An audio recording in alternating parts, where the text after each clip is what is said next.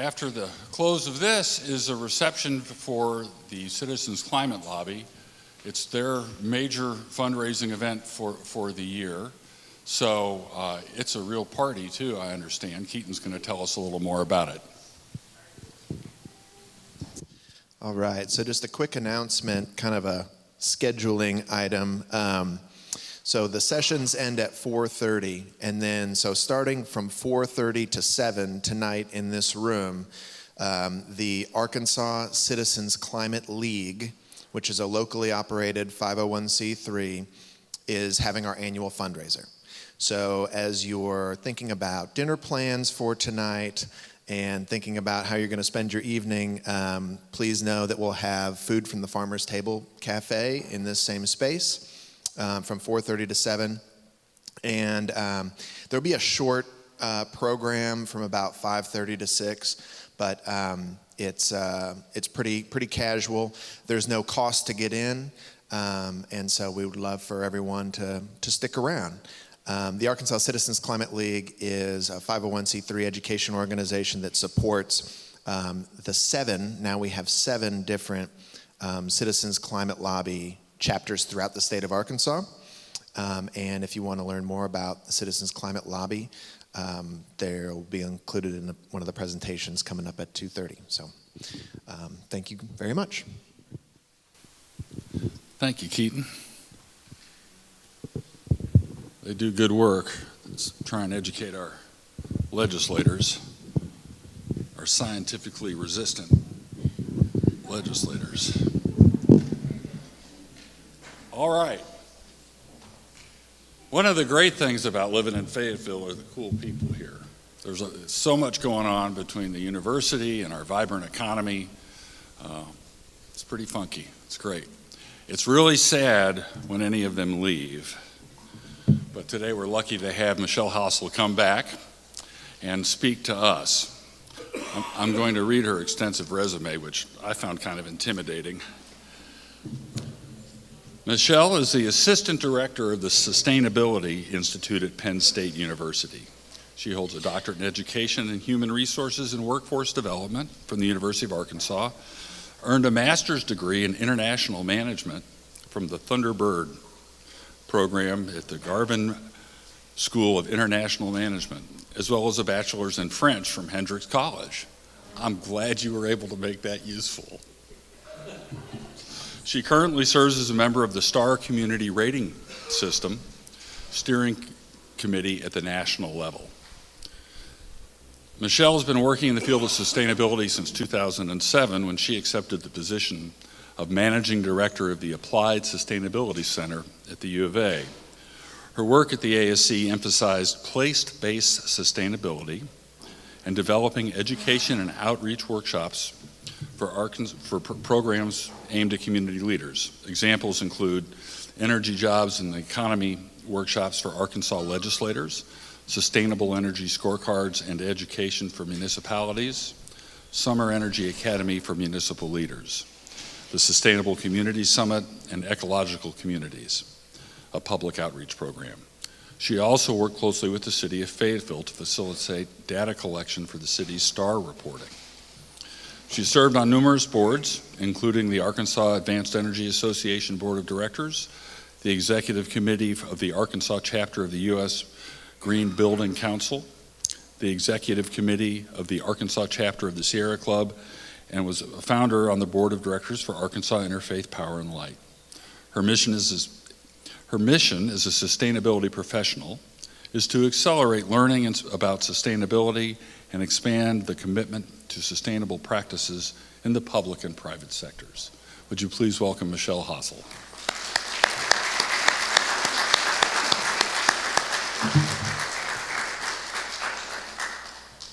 Thanks so much, Mac, for that. And it's great to be back in Arkansas and back in Fayetteville.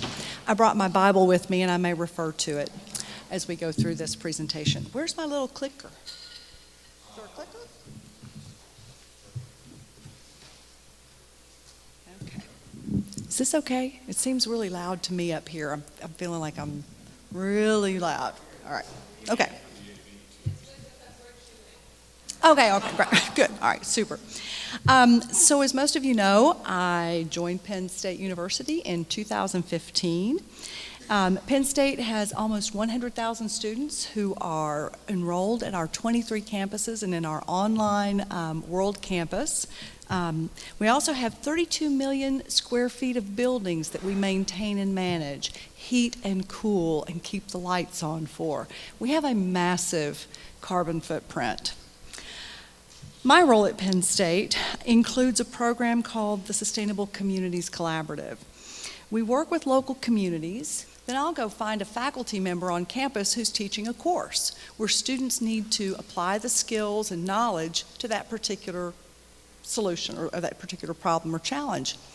And then the students will do their research, design solutions, and ultimately make recommendations to our community partners. So last year, in 2017-18, we had 46 projects. 446 students were involved. We partnered with 8 different colleges. As you know, you might have the College of Communication, the College of Liberal Arts, Arts and Architecture, Engineering, the College of Science, Information Science and Technology, etc. We had 17 community partners and 9 partners on our own campus. Now Thursday, before I came here, before I left, we had our Spring Expo at City Hall. This spring alone, we had 100 posters with over 500 students in a single semester, not a year. Like, we have doubled the size of the program this year. We had many, many more partners, including, you might know Frank Lloyd Wright's masterpiece, Falling Water. They asked us to come and help them figure out how they could deploy solar, renewable energy. Melody Strawn and I helped the city of Fayetteville to gather up the data so that Fayetteville could be certified as a 3-star city. They have now merged with the U.S. Green Building Council, and this is considered LEED for cities and communities, so it's still there. In 2017, something new came along. Are you all familiar with the UN Sustainable Development Goals with this framework? Okay, I see a few nods. All right. So now this is a framework that we use to work with communities. Next came Drawdown, right? So we keep just layering one thing on top of the other. So I want to share with you a little bit about how we got involved with Drawdown. Each year, the Sustainability Institute, along with our Office of the Physical Plant and the Institutes for Energy and Environment, we host an environmental colloquium, and we'll bring a fairly notable speaker to campus to talk about the environment. So we've had Naomi Oreskes, we've had Catherine Hayhoe, E.O. Wilson. Last year, the speaker was, or in 2017 rather, the speaker was Paul Hawken, and he came to talk to us about his Drawdown book. But we weren't just a stop on his tour, his speaking engagement tour. We ended up signing an agreement with the Drawdown organization to be the lead scientific university, helping to coordinate research around the world. This fall, in September 2019, we will host the first ever International Drawdown Conference. We'll be bringing scientists from all over the world to Penn State.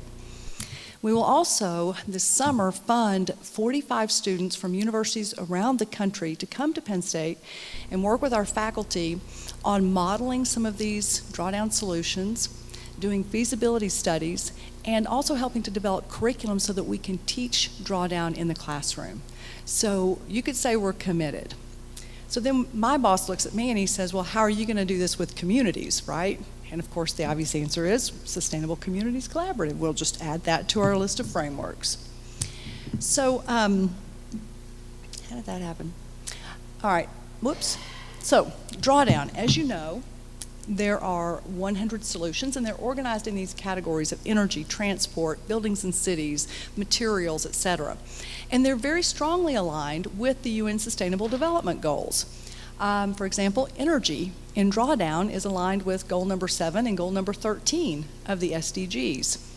Educating women and girls, that's an important strategy in Drawdown. That's aligned with goals number 4 and goals number 5 in the UN SDGs. So we'll just keep layering on and adding these new frameworks as ways to work with our community partners. All right, so Drawdown is a big book, right? And if you've worked in sustainability, and I know all of you have, Have you ever had a hard time explaining what that means? Do people say to you, what do you mean by that? Sustainability, right? And you come out with some long, convoluted explanation for what it means. Michael Pollan had a problem when he wrote his book, The Omnivore's Dilemma, and he had to distill it down to just a few words. He said, eat food, mostly plants, not too much, right? He distilled it down to a few words. So as we were thinking about getting ready for this conference in September and getting ready for bringing all these Drawdown scholars to campus, we said we're going to need a way to explain this to people that's really simple, short and sweet, and that they can remember. And we came up with just 10 words. Climate change is real. Solutions exist. And we can do this. That's all you need to know. So, you want to keep it simple for your audience, and I think you could probably share that with almost anybody. That's going to be the purpose of this whole talk. Climate change is real, and I'm not going to belabor this point because I think you all know this. You've been in this field as long as I have, and some of you have been in it a whole lot longer. So, you know that for millennia, carbon dioxide in Earth's atmosphere has hovered around 280 parts per million. But the most recent readings have shown that we're up to 412 parts per million now today. And that's largely a result of coal-fired power plants, internal combustion engines, all those wonderful technologies that helped us to develop as modern society. They really started rising very rapidly after 1950, as you can see. This is the famous, Michael Mann's famous hockey stick chart. And there's Dr. Mann right there. He gets a lot of flack for this, by the way. So in October 2018, the UN issued a very alarming report.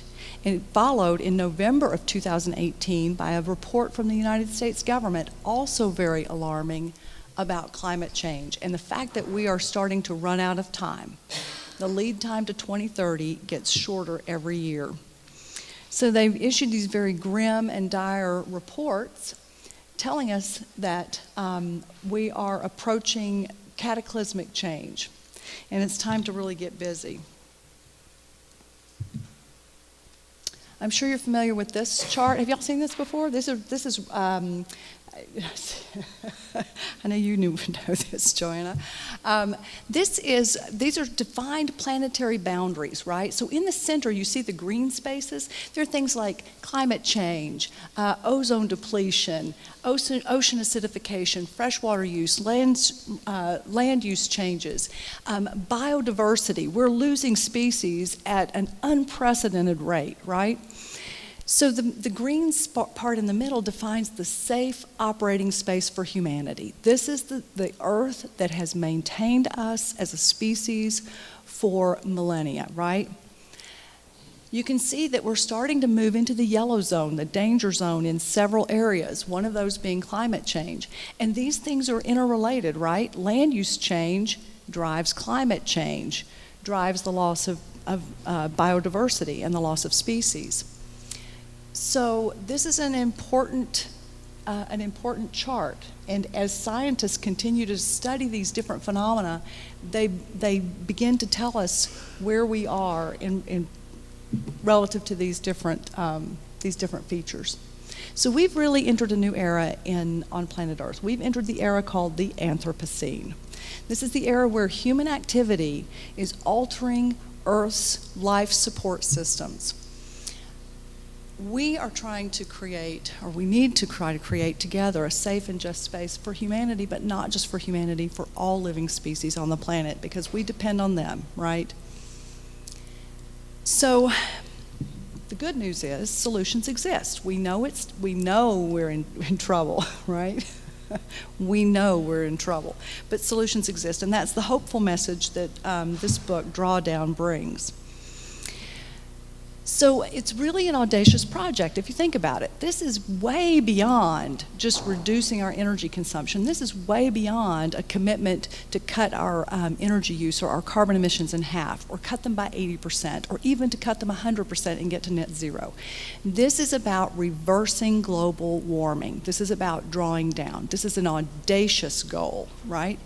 But we got to this point, right? We can do that as well, and there are plenty of solutions that are outlined in the book. So this is what you would call a BHAG, a big, hairy, audacious goal, right? This might be the BHAG to end all BHAGs. Either we do this one or we don't. All right, once again, you've got all of these different solutions organized in these different categories. Now, there are 100 different solutions. Have y'all got those memorized yet? The question is, who is responsible for implementing these solutions, right? Is it some international organization or body? Well, it might be in the case of refrigerants, right? There's already an agreement about refrigerants. So the new refrigerants will be adopted, the old refrigerants will be phased out. That's going to happen kind of behind the scenes for most of us. You and I can't change refrigerants per se. So yes, some of these things are going to happen at an international level. Oops. Some of these things will happen at the federal level or the state level. But we're here at the Drawdown Conference for communities, the Community Drawdown Conference. And so we want to think about this from the perspective of a local community. And I'm going to argue that communities are the right place to do this, okay? So this slide, it's funny, but it's not funny anymore, right? It's true that the federal government is not taking leadership on this issue, and so it's going to be up to us to take leadership in the absence of their leadership. Local governments have they've got some real power, I think, and that's one of the things I want to explore. But there's some demographic trends that point to cities as the leaders for delivering on reversing global warming. Number one, in 2007, for the first time in human history, urban populations exceeded rural populations. That had never happened before. All the way up until 2007, more people lived out in rural areas than lived in urban areas. So this was a milestone moment. In 2011, we reached another milestone moment. For the first time in human history, we have 7 billion people on the planet. And by 2050, world population will exceed 9 billion people, 67% of whom will live in urban areas. That's 6 billion people living in urban areas. Cities consume more than 2/3 of the world's energy, and they are responsible for 70% of the world's greenhouse gas emissions. They account for 80% of GDP around the globe, which is a good thing. This is where jobs are. And because of their higher density, they actually have a lower carbon footprint per capita. That's kind of a good thing, right? But they are increasingly exposed to climate change risk. So this quote, I think, really sums it up for me, and I'll just read it because it's a little bit hard to read, I think, because of the colors. In the 21st century, cities will increasingly be the frame through which we understand and shape our shared economic, political, and cultural circumstances. They will also be ground zero for the collision of economic, environmental, and social imperatives that define sustainability. Does that sound about right? The cities are important. They will be important. And they have 4 main factors that point to them as leaders for drawing down and reversing global warming. Cities have urgency, agency, intimacy, and legitimacy when it comes to advocacy. So let's go through these one at a time. Does anybody know what this is? Oh, it could be Houston, but it's not. Where? Nebraska? No, but it could be. No. Oh my gosh. Okay, all right. This is a photograph of New Orleans, Louisiana, after Hurricane Katrina hit in 2005. And just as a reminder, 80% of New Orleans was flooded. 1 million people were displaced by the storm. Nearly 2,000 people were killed. Estimated financial losses ranged from 96 to 125 billion, only 40 to 66 billion of which was insured. The rest of it was just gone. The poorest residents were the hardest hit. Poor and disadvantaged people around the world will be the hardest hit and will bear the brunt of climate change impacts. And where did all those climate refugees go? Some of them ended up in Houston, but we welcomed climate refugees in Fayetteville. I remember it very well. And they moved into our neighborhoods, right? We welcomed them. We will have to do that a whole lot more as we go forward. More recently, we've seen wildfires in Paradise, California, that killed 42 people and destroyed 7,500 homes. More than ever, city leaders are on the front lines of dealing with climate change. To them, this is an urgent matter.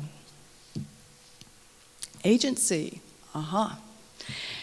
Communities are human in scale, right? When we're talking about global warming and these big problems around the world, it can seem overwhelming and we can become paralyzed with this sense of futility. I can't change it, right? I can't change that swirling garbage patch in the Pacific Ocean. So people become overwhelmed and they become a little bit paralyzed and with a sense of futility. But not so in our local communities, right? In our local communities, we see things happen. We see ribbon cuttings for the opening of a new bike trail. We see libraries being built. We see community centers opening, right? We can see it and touch it and feel it and taste it.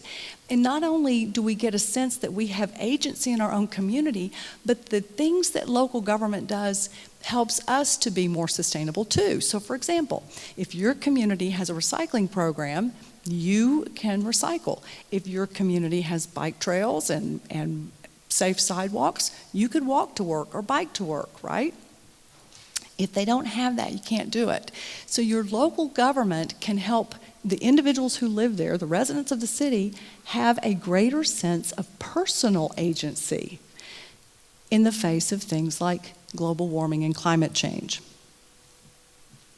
Intimacy, what do I mean by this? We know each other and we care about each other and we care about the places where we live and where we raise our children and where we hope to grow old. Now, how many of you could just call up Bozeman or Tom Cotton and they would just pick up the phone and say, "Hello, Marquette, tell me what you want today," right? Not very likely. So our elected representatives far off in Congress, they're in Washington, D.C., we don't have a lot of access to them. It's a little better in Little Rock and at the General Assembly. You're much more likely to get a phone call or a phone call back from one of your local representatives. I think Denise Garner would call almost every one of you in this room, right, to talk to you about something. But local elected officials, we know them and they know us, right? We sit next to them in the church pews. We run into them at the grocery store. We are cheering next to them at the Little League baseball game. We see them at the farmers market. They hold court sometimes. Some of our local mayors do. So we have access to our local elected officials. They know us and they'll listen to us. And so that's one of the things that I mean about intimacy in a local community, and it's very important. It's a sense of social cohesion that we have. Legitimacy for advocacy. All right. Communities can advocate for themselves, and our mayors and other elected officials can advocate on our behalf. They have something that you and I don't have. They have constituents. And if there's one thing that engenders respect from one elected official to another, it's the fact that they're elected, right? That they've been through this process. So Mayor Jordan, it's a whole lot easier for him to call up those officials in Little Rock or at the federal level and be able to talk to them and tell them, this is what my constituents want. They want more solar, they want more bike paths, they want walkable communities, they want local food systems, right? So that's another important role that our local governments play. And size matters. Both directions, actually. So you can be a big city like Chicago and you can say, hey, we're going to be we're going to have 100% renewable energy in Chicago. We're a big city, right? So they can do some things that maybe smaller places can't do. A large city has a powerful voice. So I want to give you the example of Mayor Peduto in Pittsburgh. When President Trump pulled the U.S. out of the Paris Climate Accord and said, "This is Pittsburgh, not Paris," Mayor Peduto responded quickly and without hesitation. Pittsburgh is still in the Paris Agreement, and they're going to live by it, right? There is a disadvantage, however, for large cities. They have a larger footprint to draw down. They have a lot longer to go to get to zero or even a negative carbon footprint. And they face a host of other problems that compete for time, attention, and resources. Small cities, on the other hand, have an advantage because they have a smaller footprint to begin with. So it's a lot less of a footprint to reduce. And in many cases, they have greater social cohesion to work with. They can rally their citizens around these types of topics. So that's Georgetown, Texas, the first town in the United States to be supplied 100% by renewable energy in deep red Texas. It's 100% wind, right? But good for them. Congratulations to them. So this brings us to part 3, and I think this is the most important part. I think I've made the case that cities, towns, and communities are the place where Drawdown needs to live. We're the ones that can actually implement this. And communities are made up of lots of different parts. We have the faith community, we have business and industry, we have higher education institutions, we have just ordinary residents, and of course our local government. And every one of these has a part to play in being a Drawdown community. Now, this book has 100 different solutions, and not all of them apply equally in all places. So we have to have a way to kind of sort these out and filter them, and in order to focus on the right solutions. You don't want to get distracted by solutions that don't apply. So I took some time to go through this book. I made a spreadsheet because I'm this kind of a nerdy person that I am, and I put every one of the solutions in the spreadsheet. And then I started thinking about, in terms of methodology here, where's the locus of control, right? Who gets to make the decision? And what about location factors, right? I mean, coastal wetlands, that won't work in Arkansas. Offshore wind, we don't have any opportunities for offshore wind.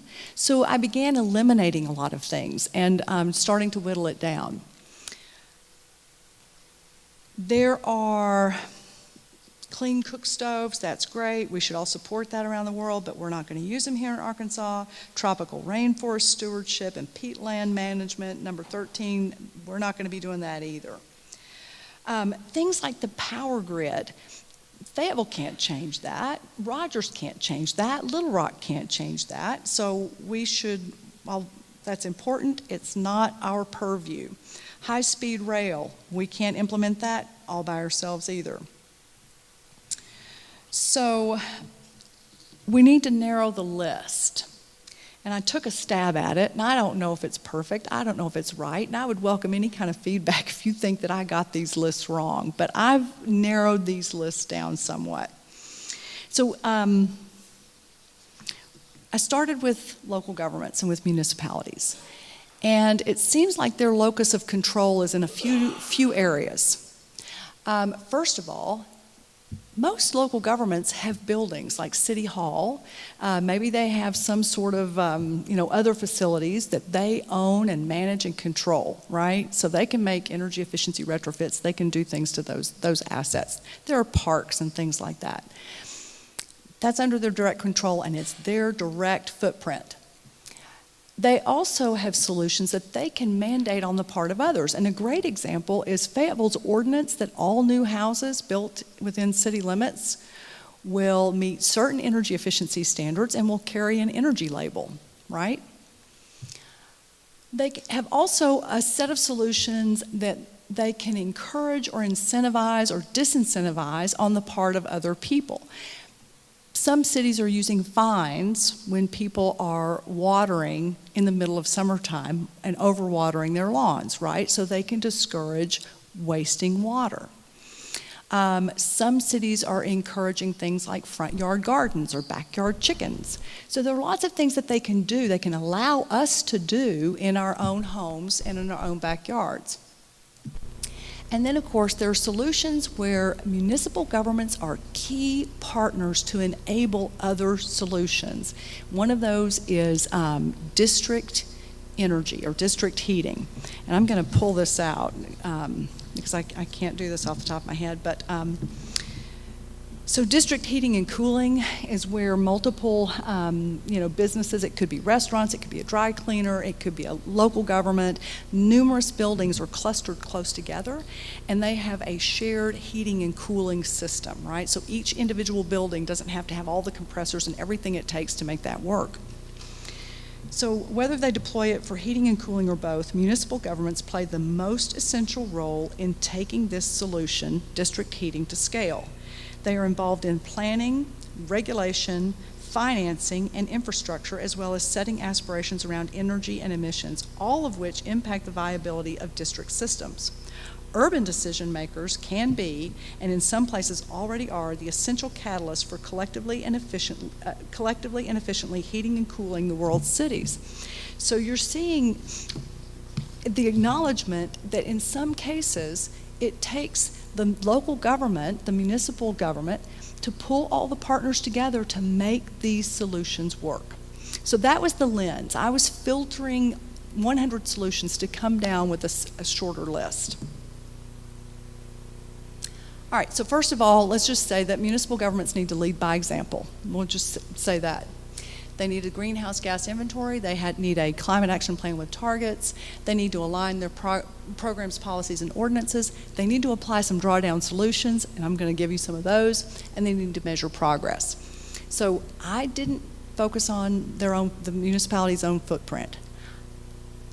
And the reason I didn't is because in any community, the municipal government's footprint is not the biggest part of the footprint. It's our footprint, right? So whatever the municipal government can do to enable all of us to adopt drawdown solutions, those are the ones that are going to appear on this list. Smart thermostats, right? When Fayetteville is building all these new energy efficient green homes, they should all have a smart thermostat. Everybody else should follow suit. Household recycling. If Fayetteville doesn't pick up our recycling, if Bentonville doesn't pick up our recycling, it makes it really hard for us to do this.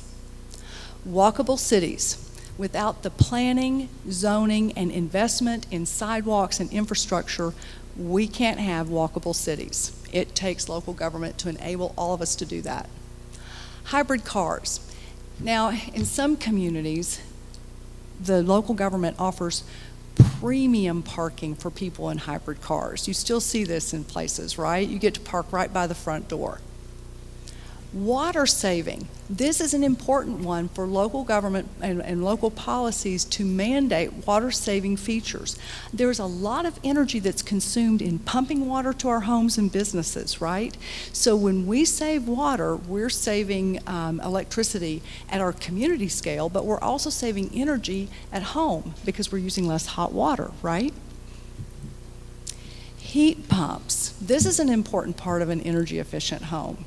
So the more people who install heat pumps in their homes or in their businesses, that's important. Solar hot water heating. This is another thing that local governments can help to enable. And LED lighting in homes. Insulation. Obviously, that ordinance that says that homes need to be energy efficient and meet certain energy standards, you cannot do it without proper insulation. District heating, that's the one that I was just reading to you about. The local government can help to set up a district heating system for businesses. Electric vehicles, this is huge. There's this fear that you're not going to get there, right? That the battery is not going to last long enough for you to get to your destination. So people have range anxiety with this electric vehicle. When local governments start to install electric vehicle charging facilities in parking lots and parking garages, it helps people have confidence that they can buy that electric car and drive it around town and they're going to be able to get home. Regenerative ag, I'll explain this one in a minute. This is an odd choice, I know. Rooftop solar. Local governments can reduce the administrative burden. They can fast track the permitting process. They can make sure that there are no restrictive covenants that say you can't have solar on your home. Plant-rich diet. The farmer's market, right? In Philadelphia alone, there are 500 community gardens that are on little plots of vacant where buildings have been torn down. So local governments can make it easier for people to have access to a plant-rich diet. And reduce food waste. The city of Pittsburgh has a food policy council that helps to facilitate food recovery efforts in the city and get that food, make sure that it's not wasted, and get it to the people who need it the most. So I want to bring this up. And is Matt Petty still in the room, or did he leave? He's gone. Okay, all right. So this is why regenerative agriculture is in my list here. A few years back, the Community Design Center at the University of Arkansas created this document that you see on the screen. It's called Food City 2030, and it's for the city of Fayetteville. The authors imagined the city through the lens of an integrated food shed, and they imagined these 5 urban growing guilds that include permaculture and foraging, farming and gardening, this concept of grow streets that are orchard-lined streets, edible front yards, safe food production through pollution remediation supported by stormwater management, and get this, carbon sinks. And last but not least, a waste-to-energy district with a biodigester for composting food waste. So if Fayetteville or any Arkansas city wants to be a drawdown community while simultaneously tackling food insecurity and obesity and health, it would be worthwhile taking another look at this document, dusting it off, and seeing what you could do with it. So every sector has a role to play, not just the local government. Let's take a look at the faith community real quickly. Top 10. Composting. I hope that if there's any food waste here today, it's going to be composted properly. Water saving. These places use water too, right? They need low flush toilets. They've got kitchen sinks. They use hot water. Building automation. This is a pretty big facility here, right?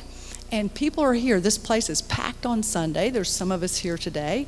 But 5 or 6 days out of the week, this place is probably pretty empty.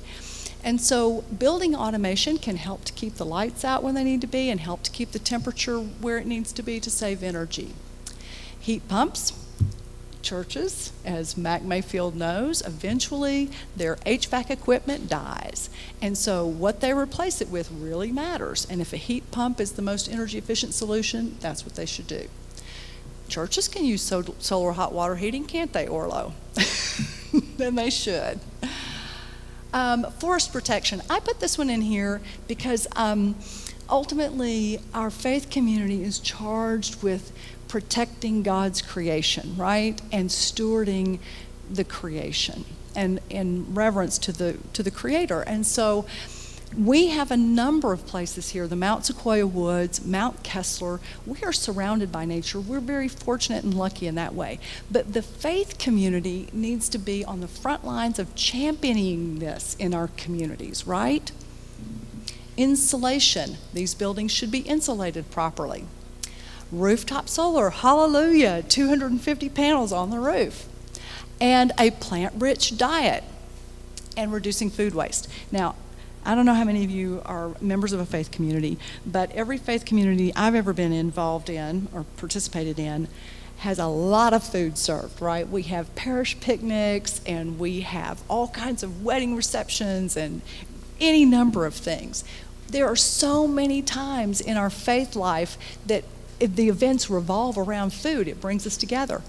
There's no reason why we can't begin to shift the food that we're consuming in our faith communities towards a more plant-rich diet, which introduces people to vegetarianism.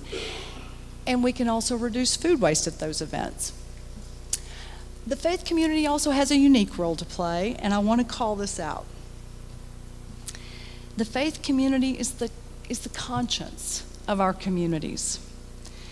Don't just pray, all of you who are members of faith communities, don't just pray for global warming to be reversed. Do something about it. Talk about it. Educate your congregants. Preach about it from the pulpit. This might be controversial, but global warming is every bit the moral issue that abortion is. Countless lives will be lost, and the human suffering will be extensive. Talk to your elected officials. They'll listen to you. And speak truth to power. Okay, higher education. Many communities, and this is one of them, we've got a higher education institution. They need to lead by example, measuring their greenhouse gas emissions, developing their climate action plan, and applying their drawdown solutions, right? So what solutions should they implement? Net zero buildings. A lot of colleges and universities are going this way. We are right now we are talking about and in the beginning stages of designing our first living building, challenge building at Penn State, right? There's a lot of interest in this on many parts. Microgrids. Did you know that the University of California at Irvine is a microgrid? When renewable energy is abundant, they can meet all of their own energy needs and disconnect from the grid. And when they don't have enough energy, they can plug back in. District energy, this is another really important one, and you see it at a lot of universities already. They have all of these big buildings, all of them have massive energy loads and heating and cooling loads, and so those are joined in a network. If you walk across University of Arkansas campus on a snowy day, you'll notice some sidewalks are perfectly clear. That's because there's district heat running underneath the ground that's connecting all of those buildings. Micro wind. You don't have to have a big windmill with a huge turbine out there, in a high mountain. You can use micro wind on top of buildings, and we've got several examples of that at Penn State. Green roofs. This keeps the building cooler, reduces the heating load, and mitigates stormwater runoff. You see a lot of that at universities. Paper. We use a ton of paper at universities. One simple change, just saying that we're going to purchase recycled paper instead of paper from virgin product, would save a ton of carbon. Smart glass. The only university I know of right now that has done this is Millersville University. They just built a new building that has smart glass in it. It did cost them more to put the smart glass in, but the building meets 100% of its own energy needs and also is supplying energy to some of their residence halls. So that was really cool. We have students living on our campuses. We have cafeterias. There is a ton of food waste, and all of that food waste needs to be composted. Building automation, massive numbers of buildings. We have 32 million square feet at Penn State. All of that needs building automation. Oh my God, students take showers, they take long showers, they take hot showers. We need solar hot water heating at universities like nobody's business. Insulation, we have old buildings. We have buildings that need to be retrofit still with insulation, that's huge. District heating again, rooftop solar, you're seeing a lot of that at universities. Plant-rich diet, this one's really important.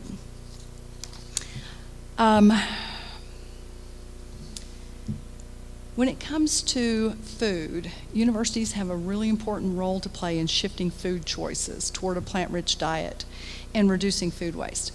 I attend the ASHE conference every year, and this is the Association for the Advancement of Sustainability in Higher Education.